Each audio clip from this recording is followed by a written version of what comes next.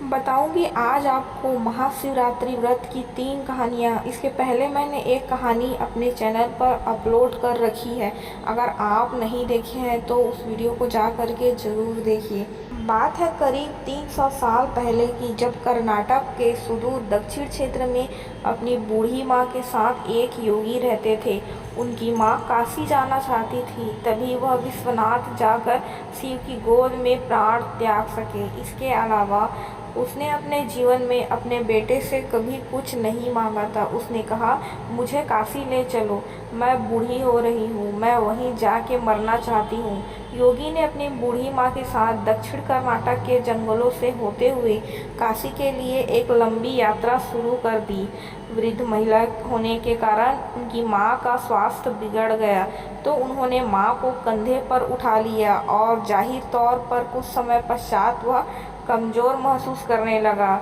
उसके पास शिव से याचना करने के बजाय और कोई दूसरा चारा नहीं था। उन्होंने याचना की, हे शिव, मुझे मेरे इस प्रयास में विफल मत होने देना।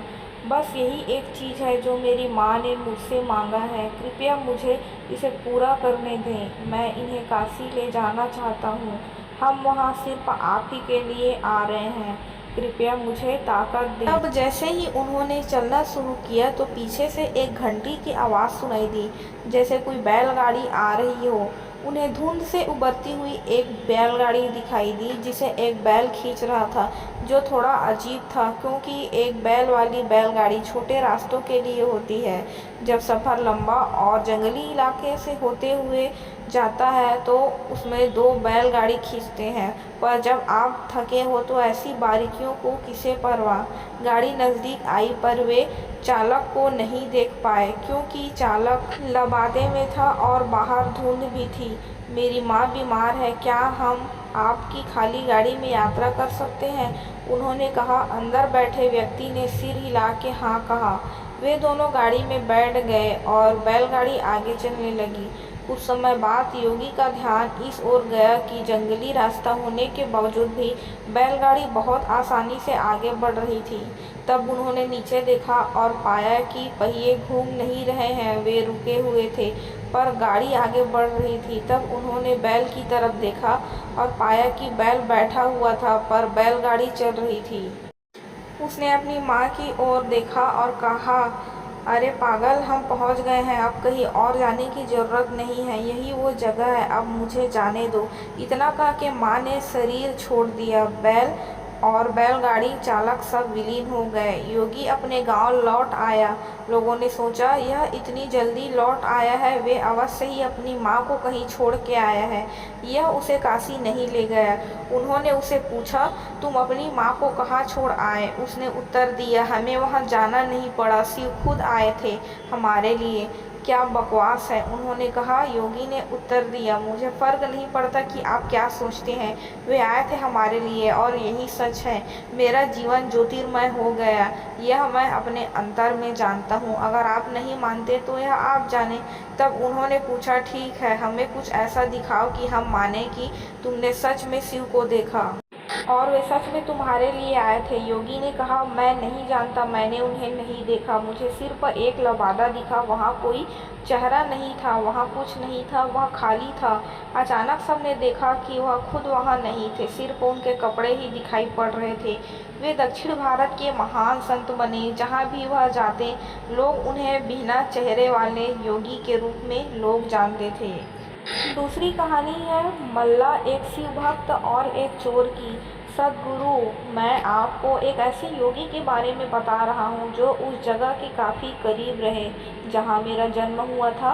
मैंने उनके बारे में सुना था और उस घटना के बारे में भी जो वहाँ हुई, पर युवावस्था में मैंने इस ओर ज़्यादा ध्यान नहीं दिया। उसने मुझे काफ़ी प्रेरित किया, पर मैंने उस समय इसे अधिक महत्व नहीं दिया। वर्तमान में नंजनगुड़ नाम से प्रसिद्ध शहर की सीमा से मैसूर से करीब 16 किलोमीटर दूर पर एक योगी रहते थे। उस योगी का नाम था मल्ला। वे किसी परंपरा से बंधन नहीं रखते थे और न ही उन्हें कोई पूजा पाठ की औपचारिकता विधि ज्ञान थी, परंतु बचपन से ही जब भी वे अपने आंखें बंद करते तो उन्हें शिव की तस्वीर दिखाई देती थी। शायद योगी शब्द उनके लिए काफ़ी नहीं है। उनके जैसे लाखों हैं, वे शिव के कैदी हैं, उनके पास कोई भी विकल्प नहीं है। शायद मैं भी उन्हीं के जाल में फंसा हुआ हूँ। हम उनकी तलाश नहीं करते, अभिमान के कारण शायद किसी की भी तलाश नहीं करते, पर उनके जाल में फंस अवश्य जाते हैं। शिव एक शिकारी थे। वे सिर्फ जानवरों को ही अपने जाल में नहीं फंसाते थे, अपितु इंसानों को भी जाल में फंसा लेते थे। यह उन्हीं में से एक और था, मल्ला। शिव के सिवा और कुछ भी नहीं जानता था। उसने कोई विशेष कौशल भी अर्जित नहीं किया था। वह जंगली इंसान बन गया था। यह तो उसे कभी विचार भी नहीं आया कि किसी को भी रोककर उससे अपनी ज़रूरत के लिए कुछ भी छीन लेता। गलत भी हो सकता है, तो वो ऐसा ही करता था और एक डाकू के रूप में प्रसिद्ध हो गया था। वहाँ का रास्ता लोग सामान्य तौर पर इस्तेमाल करते थे। वह रास्ता जहाँ वो राहदारी वसूलता था, वह जंगल का नाम पड़ा कल्याण मुलाई, जिसका मतलब है चोर का कोना। शुरू में लोगों ने उसे धिक्कारा, पर साल के अंत में लोगों से इकट्ठा किए एक एक पैसे का वो महाशिवरात्रि मनाने में खर्च कर देता था।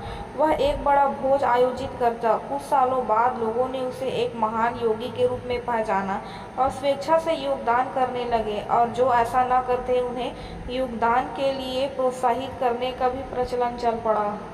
कुछ साल बाद दो योगी आपस में भाई थे। वे आए, इस रास्ते से गुजरते थे। उन्होंने इस आदमी को देखा जो डाकू तो था, पर एक महान योगी भी था।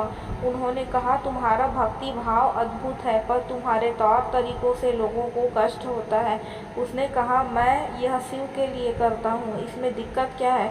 उन्होंने समझाया, अपने साथ अलग ले गए और कुछ पद्धतियों से गुजारा, और उस स्थान का नाम कल्याण मुलाई से बदलकर मल्लाड़ मुलाई रख दिया। आज भी उस स्थान को मल्लाड़ मुलाई के नाम से जाना जाता है, और जो महाशिवरात्रि मनाते थे वो आज एक विशाल संस्थान के रूप में विकसित हो गया। डकैती छोड़ के इन योगियों के साथ बैठने के करीब 1.5 साल बाद ही उन्होंने महासमाधि प्राप्त कर ली।